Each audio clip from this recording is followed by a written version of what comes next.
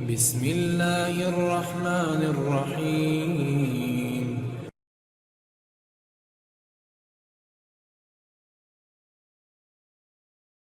نحمده ونصلي على رسوله الكريم اما بعد فاعوذ بالله من الشيطان الرجيم بسم الله الرحمن الرحيم رب اشرح لي صدري ويسر لي امري واحلل عقدة من لساني يفقهوا قولي۔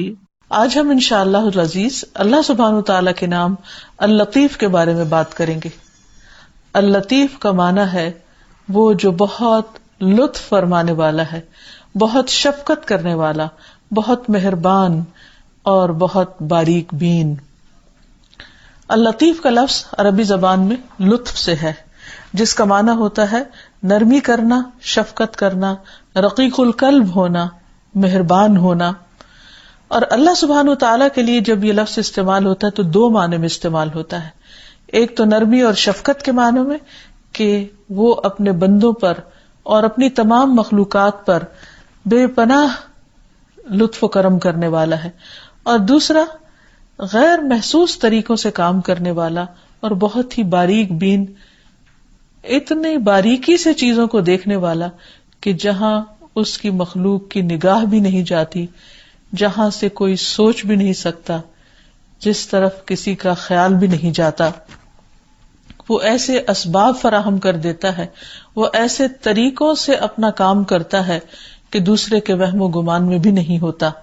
اللہ سبحانہ وتعالی نے اپنے علم کے ساتھ ایسی چیزوں کا احاطہ کر رکھا ہے جو بندوں کی نگاہوں سے بھی پوشیدہ ہیں، یا بندے اگر چھپ کر کوئی کام کرنا چاہیں یا کسی بھی طریقے سے کوئی ایسا کام کرنا چاہیں کہ جس میں وہ اللہ یا بندوں کو دھوکہ دینا چاہیں، تو اللہ سبحانہ وتعالیٰ ان تمام چیزوں کو بھی بخوبی جانتا ہے، لیکن اس کے ساتھ ہی اس کا یہ لطف اور کرم ہوتا ہے کہ وہ بندوں کو فوراً پکڑتا نہیں، اور پھر جب وہ بندوں کی مدد کرنا چاہتا ہے تو اس وقت بھی وہ ایسے ذرائع اور ایسے طریقے اختیار کرتا ہے کہ جس سے بندے خود بھی اس بارے میں سوچ نہیں سکتے، جس کا گمان نہیں کر سکتے۔ وہ ایسے سے طریقوں سے ان تک نیکی اور احسان کو کھینچ لاتا ہے کہ خود انہیں بھی شعور نہیں ہوتا، جس کو وہ سوچ بھی نہیں پاتے۔ تو بہرحال اللطیف کا لفظ یا اللہ سبحانہ وتعالیٰ کا یہ نام مختلف طریقوں سے قرآن مجید اور نبی صلی اللہ علیہ وسلم کی احادیث سے ہمیں ملتا ہے۔ سب سے پہلا معنی اس کا نرمی اور شفقت کرنے والا۔ اللہ سبحانہ وتعالیٰ فرماتے ہیں اللہ لطیف بعبادہ، کہ اللہ اپنے سارے بندوں کے ساتھ لطف کرنے والا ہے، مہربانی کرنے والا ہے، ان کے ساتھ بھی جو اس کو مانتے ہیں اور ان کے ساتھ بھی جو اس کو مانتے نہیں ہیں، لیکن اس کا خاص لطف ان لوگوں کے ساتھ ہوگا کہ جو اس پر ایمان لانے والے، اس کے اطاعت گزار اور فرما بردار بندے ہیں۔ اللہ سبحانہ وتعالیٰ فرماتے ہیں ان ربی لطیف لما یشاء، بے شک میرا رب جس کے لیے چاہے مہربانی کرنے والا ہے۔ اور اللہ سبحانہ وتعالیٰ اپنے محبوب بندوں پر، اپنے دوستوں پر تو اور بھی زیادہ مہربان ہے۔ نبی صلی اللہ علیہ وسلم نے فرمایا اللہ سبحانہ وتعالیٰ اپنے دوستوں کو، اپنے پیاروں کو آگ میں نہیں ڈالے گا، یعنی اس کا یہ لطف خاص ہوگا ان کے لیے، جبکہ لطف عام مہربانی اور عام شفقت اس کی ساری مخلوق کے لیے ہے۔ یہ اللہ سبحانہ وتعالیٰ کا کرم ہوتا ہے، شفقت اور مہربانی ہوتی ہے کہ سزا کا مستحق ہونے کے باوجود بھی وہ اپنے بندوں سے درگزر کر جاتا ہے اور ان کے بہت سے قصوروں کو معاف کر دیتا ہے۔ عمر بن خطاب رضی اللہ عنہ کا بیان ہے کہ نبی صلی اللہ علیہ وسلم کے پاس چند قیدی لائے گئے، اور ان قیدیوں میں ایک عورت بھی تھی جو اپنے بچے کو کھو کر بہت ہی بے چین تھی۔ وہ اپنے بچے کے لیے اس طرح تڑپ رہی تھی کہ قیدیوں میں سے جس کسی کا بھی بچہ دیکھتی اس کو اپنے ساتھ چمٹا لیتی اور اس کو دودھ پلانے لگتی۔ نبی صلی اللہ علیہ وسلم نے اس عورت کی حالت دیکھی تو آپ نے فرمایا کہ تمہارا کیا خیال ہے اگر اس عورت کو اپنا بچہ مل جائے تو وہ اسے آگ میں پھینک دے؟ ہرگز نہیں۔ فرمایا اللہ سبحانہ وتعالی اس عورت سے بھی زیادہ اپنے بندوں کے حق میں مہربان ہے، جتنا یہ عورت اپنے بچے کے لیے مہربان ہو سکتی ہے. یعنی جس طرح ایک ماں اپنے بچے کے لیے شفقت کرنے والی، حنون، مہربان ہوتی ہے، اللہ تعالیٰ اس سے کئی گنا بڑھ کر اپنے بندوں سے محبت کرنے والا اور ان پر رحم فرمانے والا ہے. پھر اسی طرح جب بندہ گناہ کرتا ہے تو اللہ سبحانہ وتعالیٰ فرشتوں کو حکم دیتا ہے کہ وہ قلم کو روکے رکھیں. ہو سکتا ہے کہ چند لمحوں کے اندر ان کو احساس ہو اور وہ توبہ کر لیں. لیکن اگر بندے گناہ کر جاتے ہیں تو اللہ تعالیٰ صرف ایک گناہ لکھواتا ہے. اس کے برعکس بندے اگر نیکی کرتے ہیں تو وہ ایک کے بدلے میں 10 تو کم از کم ان کو اجر دیتا ہے، لیکن اس سے بھی کئی گنا زیادہ جو ہزاروں لاکھوں تک پہنچتا ہے. اور بعض نیکیوں کا ثواب تو اس کا بتایا ہی نہیں گیا، یعنی وہ بے حساب ہوگا اور اللہ تعالیٰ خود ہی اس کی جزا دے گا. تو یہ سب کچھ اس کی کرم نوازی ہے اور اس کی مہربانی ہے. پھر اسی طرح بندے جب اللہ تعالیٰ سے مانگتے ہیں، دعا کرتے ہیں یا معافی مانگتے ہیں تو فوراً ہی معاف کر دیتا ہے. بندوں سے اگر کوئی بندہ معافی مانگنا چاہے تو بعض اوقات تو وہ بندے ملتے ہی نہیں اور جان بوجھ کر کترا جاتے ہیں. اور اگر انسان ان کو کسی طرح پکڑ کر ان سے سوری کرے ہی تو وہ ان کی مرضی ہے کہ وہ معاف کریں یا نہ کریں. لیکن اللہ سبحانہ وتعالیٰ اپنے بندوں کے ساتھ ایسا نہیں کرتا. وہ بندے کے پلٹنے سے بے پناہ خوش ہوتا ہے. انس بن مالک کہتے ہیں کہ میں نے رسول اللہ صلی اللہ علیہ وسلم کو فرماتے ہوئے سنا کہ اللہ تعالیٰ نے فرمایا، اے ابن آدم، تو جب تک مجھے پکارتا رہے گا اور مجھ سے امید رکھے گا میں تجھے معاف کرتا رہوں گا. جو بھی تجھ سے ہوتا رہا مجھے اس کی کوئی پرواہ نہیں. یعنی تو نے کیسے کیسے قصور کیے، کیسی کیسی غلطیاں کی، اس سے مجھے کوئی غرض نہیں. اے ابن آدم، اگر تیرے گناہ آسمان کے کناروں تک پہنچ جائیں پھر بھی تو مجھ سے مغفرت مانگے گا تو میں تجھے معاف کر دوں گا. اے ابن آدم، یعنی اے آدم کی اولاد، اگر تو زمین کے برابر بھی گناہ کرنے کے بعد مجھ سے اس حالت میں ملے گا کہ تو نے میرے ساتھ ذرا بھی شرک نہیں کیا تو میں تجھے اتنی ہی مغفرت عطا کر دوں گا. یعنی اللہ سبحانہ وتعالیٰ سارے گناہ معاف کر سکتا ہے، بس ضرورت اس چیز کی ہے کہ بندہ اپنے رب کی طرف پلٹنے والا ہو. وہ اپنے نافرمانوں کے حق میں بھی مہربان ہے. فرعون جو اپنے آپ کو خدا کہتا تھا، یعنی کہ وہ عام مجرم نہیں تھا، وہ مجرموں کا سردار تھا، لیکن اس کے باوجود اللہ سبحانہ وتعالیٰ نے جب موسیٰ علیہ السلام کو اس کے پاس حق کا پیغام دے کر بھیجا اور ان کے ساتھ ہارون علیہ السلام بھی تھے تو ان دونوں کو خاص طور پر تاکید کی. اور وہ کیا تھی کہ اذهبا الى فرعون انه طغى، کہ فرعون کے پاس جاؤ، اس نے سرکشی کی ہے. فقولا له قولا لینا، تو اس سے نرمی سے بات کرنا. فرعون جو اللہ کا نافرمان ہے، لیکن جب اس سے بات کرو، اللہ تعالیٰ کی پہچان کراؤ، اللہ کی طرف بلاؤ. قولا له قولا لینا لعلہ یتذکر او یخشی، شاید وہ نصیحت پکڑ جائے، شاید وہ ڈرنے لگ جائے. یعنی اللہ سبحانہ تعالیٰ نے ہر بندے کے اندر اپنی خاص مہربانی کے ساتھ خیر رکھی ہے، اور کچھ بعید نہیں کہ کس وقت کس کی خیر ابھر کر شر پہ غالب آ جائے اور وہ بندہ حق کو قبول کر لے. اس لیے کبھی بھی کسی سے مایوس نہیں ہونا چاہیے، اور کبھی بھی کسی کے بارے میں یہ نہیں کہنا چاہیے کہ اللہ تعالیٰ اس کو تو کبھی معاف نہیں کرے گا. یہ تو اللہ تعالیٰ کے اپنے فیصلے ہیں. بہرحال یہ اس کا اللطیف ہونا ہے، لطف و کرم والا ہونا ہے کہ وہ کسی کو کسی بھی قصور پر معاف کر سکتا ہے. پھر اسی طرح یہ ہے کہ اللہ تعالیٰ انتہائی پوشیدگی کے ساتھ، خاموشی کے ساتھ اپنے بندوں پر احسان کرتا ہے. اب دیکھیے کہ بندے جب کسی پر احسان کرتے ہیں تو اس کو کئی بار جتاتے ہیں اور کسی نہ کسی طریقے سے بعض اوقات اشاروں کنایوں سے بھی اس کو ظاہر کر دیتے ہیں. لیکن اللہ سبحانہ وتعالیٰ ایسے ایسے طریقوں پر بندوں کے ساتھ مہربانی کرتے کہ خود بندوں کو بھی نہیں پتا ہوتا کہ ان پر کیسی مہربانی ہو رہی. بعض اوقات نعمت کے ذریعے اور بعض اوقات کسی تکلیف کے ذریعے. مثلاً ہمارے جسم میں بعض اوقات کوئی درد اٹھتی ہے اور ہم سمجھتے ہیں کہ ہمارے ساتھ بہت زیادتی ہو رہی ہے، حالانکہ وہ درد کسی اور چھپی ہوئی بیماری کا پتہ دے رہی ہوتی ہے جو اس کے علاوہ کسی اور طریقے سے ہمارے سامنے نہیں آتی. لیکن وہ درد جب اٹھتی ہے تو پھر اس بیماری کی طرف ہماری توجہ جاتی ہے اور اس کا علاج ہو جاتا ہے اور انسان ایک بڑے خطرے اور بڑے حادثے سے بچ جاتا ہے. تو بہرحال بے شمار مثالوں میں زندگی کی ہم یہ دیکھ سکتے ہیں کہ اللہ تعالیٰ اپنے بندوں کے ساتھ خاموشی کے ساتھ بے پناہ مہربانیاں کرتا رہتا ہے.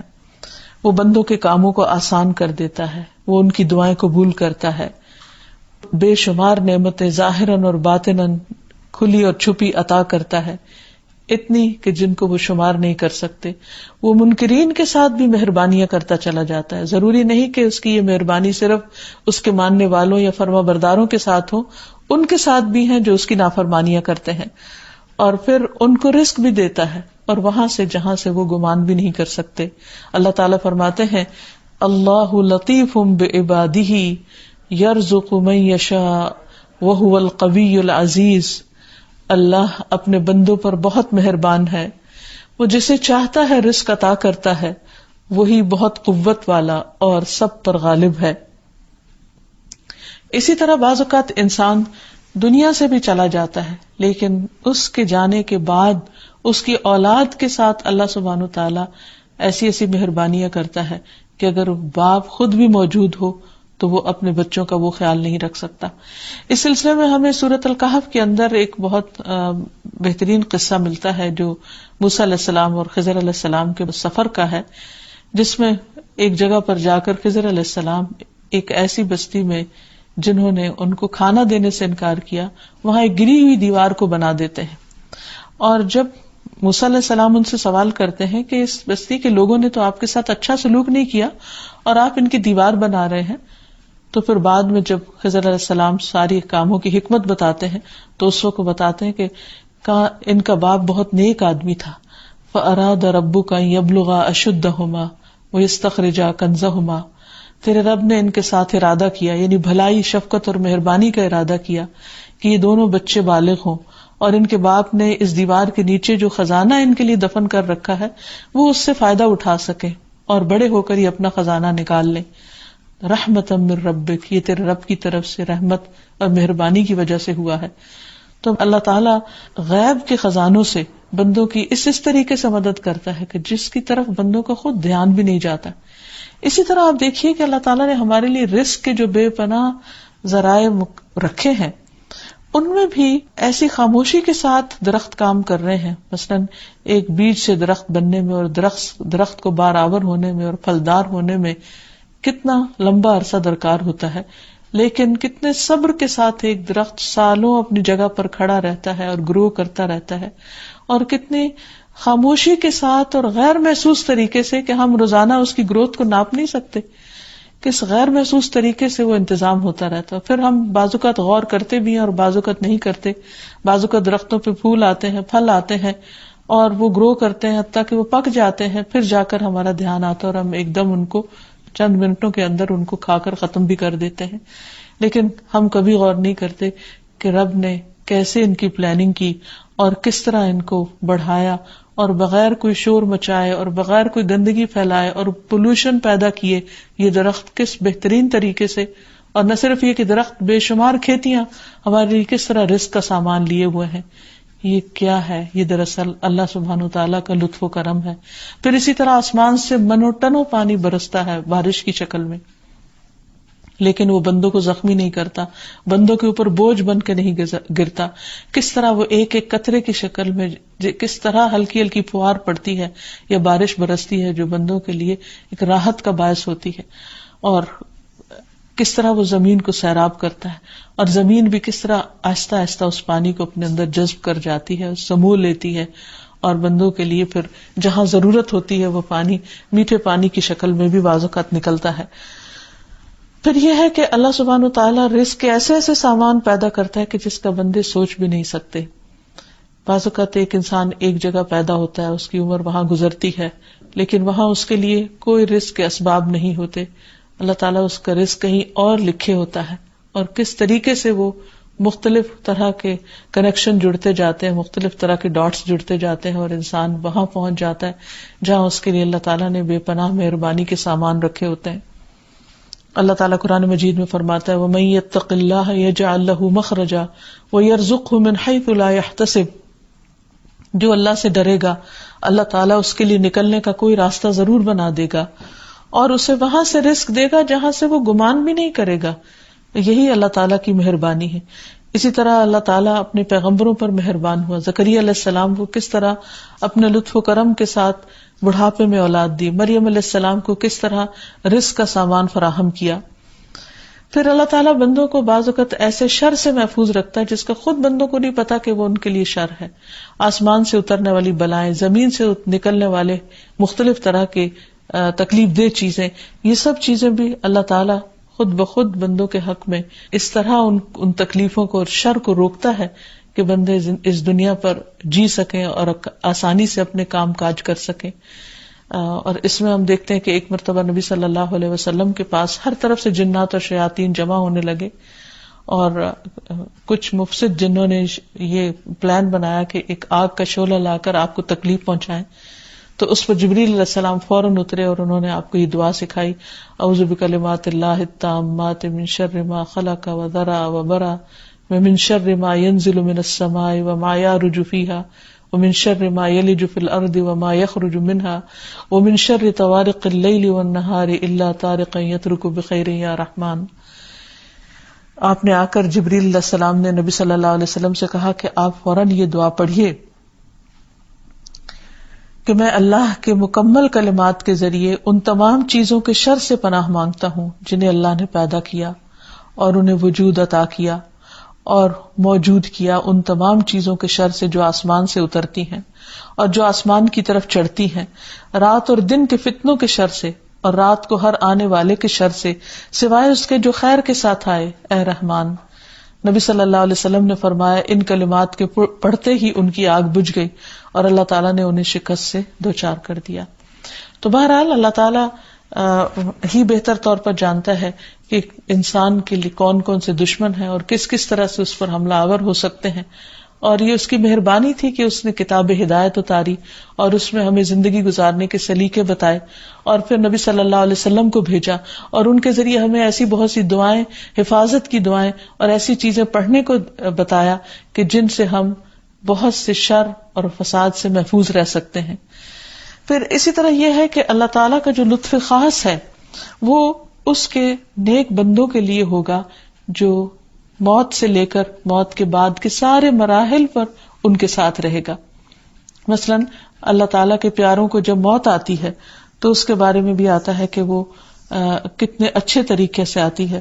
جیسے قرآن مجید میں آتا ہے وَالنَّاشِطَاتِ نَشْطًا، قسم ہے ان فرشتوں کی جو آسانی سے بند کھولتے ہیں، یعنی آسانی سے روح کو نکال کے لے جاتے ہیں، خصوصاً جو اللہ کے مقرب بندے ہوتے ہیں. فَأَمَّا إِن كَانَ مِنَ الْمُقَرَّبِينَ فَرَوْحٌ وَرَيْحَانٌ وَجَنَّةُ نَعِيمٍ وَأَمَّا إِن كَانَ مِنْ أَصْحَابِ الْيَمِينِ فَسَلَامٌ لَكَ مِنْ أَصْحَابِ الْيَمِينِ. اگر وہ مرنے والا مقربین میں سے ہو تو اس کے لیے راحت، عمدہ رزق اور نعمتوں والی جنت ہوگی، اور اگر وہ دائیں ہاتھ والوں میں سے ہوگا تو اے دائیں ہاتھ والے تجھ پر سلامتی ہو. نبی صلی اللہ علیہ وسلم نے فرمایا بندہ مومن جب دنیا سے رخصتی اور آخرت کے سفر پر جانے کے قریب ہوتا ہے تو اس کی طرف آسمان سے روشن چہروں والے فرشتے آتے ہیں، گویا کہ ان کے چہرے سورج کی طرح ہوں. ان کے پاس جنت کا کفن اور جنت کی حنوت یعنی خوشبو ہوتی ہے. وہ تا حد نگاہ بیٹھ جاتے ہیں، پھر ملک الموت آ کر سرہانے بیٹھ جاتے ہیں اس کے، کہتے ہیں اے نفس مطمئنہ، اللہ کی مغفرت اور خوشنودی کی طرف چلو. جیسے ایک شفقت کرنے والی مہربان ماں اپنے بچے کے سرہانے بیٹھ کر اس کو نیند سے جگاتی ہے. چنانچہ اس کی روح اس طرح بہہ کر نکل جاتی ہے جیسے مشکیزے کے منہ سے پانی کا قطرہ. ملک الموت اسے پکڑ لیتے ہیں. دوسرے فرشتے پلک جھپکنے کی دیر میں اس کی روح کو ملک الموت کے ہاتھ میں نہیں رہنے دیتے، بلکہ ان سے لے کر اسے کفن میں لپیٹ کر اس پر اپنی لائی ہوئی خوشبو مل دیتے ہیں، اور اس کے جسم سے ایسی خوشبو آتی ہے جیسے مشک یعنی مسک کا ایک خوشگوار جھونکا جو زمین پر محسوس ہو سکے. پھر فرشتے اس روح کو لے کر اوپر چڑھ جاتے ہیں. پھر اسی طرح اللہ تعالیٰ اپنے پیارے بندوں سے قیامت کے دن حساب بھی آسان لے گا اور ان کے ساتھ نرمی کا معاملہ کرے گا، ان کے گناہوں کو ڈھانپ دے گا، انہیں ہر طرح کی ذلت اور رسوائی سے محفوظ رکھے گا. پھر اسی طرح اللطیف کا ایک معنی باریک بین بھی ہے کہ بہت باریکی سے چیزوں کو دیکھنے والا، صرف ظاہر میں نہیں دیکھنے والا، ان کے پیچھے بھی، یعنی انسان کے مثلاً اعمال ہیں تو صرف ان کے اعمال کو نہیں بلکہ اعمال کے پیچھے نیتیں اور ارادے ان تک کو جاننے والا، اور پھر ان اعمال کا وقتی اثر نہیں بلکہ ان اعمال کے جو اثرات باقی رہ جائیں گے رہتی دنیا تک ان کو بھی جاننے والا ہے، اور پھر ان اعمال کے جو اثرات دیگر لوگوں پر پڑ رہے ہیں ان سب کو بھی جاننے والا ہے، اور اس چیز کو سوائے اللہ سبحانہ تعالیٰ کے اور کوئی بھی نہیں جان سکتا کہ ایک انسان نے اپنی زندگی میں جو جو کام کیے ہیں ان کاموں کے امپریشنز پورے ماحول پر کیا پڑے ہیں اور اثرات کہاں کہاں تک گئے ہیں، یہ سب باریکیاں اللہ ہی کو معلوم ہے۔ وہی اللطیف ہے جس کے برابر کوئی بھی نہیں، جس کا اس میں کوئی بھی شریک نہیں۔ اللہ تعالیٰ فرماتے ہیں الا یعلم من خلق وہو اللطیف الخبیر، کیا وہ نہ جانے گا جس نے پیدا کیا اور وہ باریک بین ہے، خوب خبر رکھنے والا ہے۔ وہ تو سینوں کے بھید تک جانتا ہے۔ وَأَسِرُّوا قَوْلَكُمْ أَوِ اجْهَرُوا بِهِ إِنَّهُ عَلِيمٌ بِذَاتِ الصُّدُورِ، تم اپنی بات کو چھپاؤ یا اسے بلند آواز سے کرو، یقیناً وہ سینوں والی باتیں بھی خوب جانتا ہے۔ دلوں کے اندر اٹھنے والے خیالات، قرآن مجید میں آتا ہے ان اللہ یحول بین المرء وقلبی، اللہ بندے اور اس کے دل کے درمیان حائل ہوتا ہے، یعنی بندہ اپنے خیال کو خود بھی ابھی نہیں جانتا ہوتا کہ اللہ تعالیٰ کو اس سے بھی پہلے پتا ہوتا ہے۔ کوئی بھی چیز اس سے چھپی ہوئی نہیں۔ ان اللہ لا یخفی علیہ شیء فی الارض ولا فی السماء، اللہ تعالیٰ سے آسمان اور زمین کی کوئی ایک بھی چیز، ذرے برابر چیز بھی چھپی ہوئی نہیں اور نہ ہی کوئی چھپا سکتا ہے۔ اگر وہ کسی چٹان کے اندر بھی ہو تو اللہ تعالیٰ اس کے بارے میں بھی جانتا ہے، خواہ وہ کوئی رینگنے والا کیڑا ہو، پیراسائٹ ہو، مچھر جیسی حقیر چیز کے پر کے اوپر بیٹھا ہوا کوئی اور جاندار ہو، اللہ تعالیٰ اس کی حرکت اور اس کے کام سے بھی بخوبی واقف ہے، اور بندوں کے اعمال کا بھی خوب جائزہ لینے والا ہے، اور پھر باریکی سے جائزہ لینے والا ہے۔ مثلا یہ کہ وضو کرتے وقت اعضاء کہاں کہاں خشک رہ گئے یا نماز میں نگاہ کہاں بھٹک گئی، یہ ساری چیزیں اس کے علم میں ہیں۔ پھر اسی طرح یہ ہے کہ اللہ سبحانہ وتعالیٰ اس معنی میں بھی اللطیف ہے کہ اس کا ادراک نہیں کیا جا سکتا، وہ ساری مخلوق سے پردے میں ہے، وہ چھپا ہوا ہے۔ لا تدرکہ الابصار وہو یدرک الابصار وہو اللطیف الخبیر، نگاہیں اس کو نہیں پا سکتی، وہ سب نگاہوں کو پا لیتا ہے، یعنی نگاہ کہاں سے کہاں تک گئی اسے سب نظر آتا ہے، اور وہی نہایت باریک بین اور سب کی خبر، سب خبر رکھنے والا ہے۔ اسے نگاہیں نہیں پاتی اور وہ سب نگاہوں کو پاتا ہے، اور وہی نہایت باریک بین سب خبر رکھنے والا ہے۔ اور اس سلسلے میں یہ یاد رہے کہ موت سے پہلے کوئی بھی شخص اللہ تعالیٰ کو نہیں دیکھ سکتا۔ مسلم کی حدیث میں آتا ہے رسول اللہ صلی اللہ علیہ وسلم نے فرمایا، جان لو کہ تم میں سے کوئی شخص مرنے سے پہلے اپنے رب کو نہیں دیکھ سکتا۔ قیامت کے دن رب مہربانی کرتے ہوئے اپنا دیدار کروانے والا ہے۔ قرآن مجید میں آتا ہے فَكَشَفْنَا عَنْكَ غِطَاءَكَ فَبَصَرُكَ الْيَوْمَ حَدِيدٌ، کہ یقیناً تو اس سے بڑی غفلت میں تھا، سو ہم نے تجھ سے تیرا پردہ دور کر دیا، آج تیری نگاہ بہت تیز ہے۔ تو آج جو چیزیں غیب میں ہیں کل وہ سب نظر آ رہی ہوں گی۔ قیامت کے دن انسان جنات کو بھی دیکھ پائیں گے، فرشتوں کو بھی دیکھ پائیں گے، حالانکہ ان کے لطیف جسم ہوتے ہیں، لیکن اللہ تعالیٰ قیامت کے دن اتنی زیادہ تیز نظر دے گا کہ وہ سب کچھ نظر آنے لگے گا۔ پھر اللہ تعالیٰ اپنے بندوں پر خاص طور پر جو شفقت فرمائے گا، صرف دکھائے گا نہیں اپنے آپ کو، بلکہ مسکرا کر تجلی فرمائے گا، جس سے بندے خوش ہو جائیں گے۔ رسول اللہ صلی اللہ علیہ وسلم نے فرمایا، قیامت والے دن ہمارا رب ہنستے ہوئے ہمارے سامنے تجلی فرمائے گا، یعنی جب نظر آئے گا تو وہ کسی خوفناک شکل میں نہیں بلکہ بہت ہی محبوب صورت میں۔ بندے کو جب اللہ تعالیٰ کی یہ صفت معلوم ہو جاتی ہے تو اس کے بعد بندے کے اوپر لازم آتا ہے کہ وہ اپنی زندگی میں تبدیلی لائے، کیونکہ اب اس کا تعلق اللہ سبحانہ وتعالیٰ سے مزید گہرا ہو گیا اس کو پہچاننے کے بعد، اور اللطیف کو جان کر بھی ہماری زندگی میں، ہمارے عمل میں تبدیلی آنی چاہیے۔ اور وہ تبدیلی کیا کہ ہم بھی لطف و کرم کا مظاہرہ کریں، اللہ کی مخلوق کے ساتھ مہربانی کا سلوک کریں، یتیموں اور مسکینوں پر شفقت کا ہاتھ رکھیں، جھگڑنے والوں کے درمیان صلح کرائیں اور ہر طرف محبت کا پیغام عام کریں۔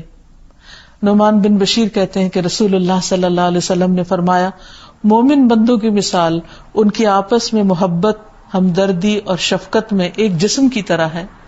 جب جسم کے کسی ایک حصے کو تکلیف ہوتی ہے تو سارے جسم کو شب بیداری اور بخار کا احساس ہوتا ہے، باقی جسم بھی آرام نہیں کر پاتا۔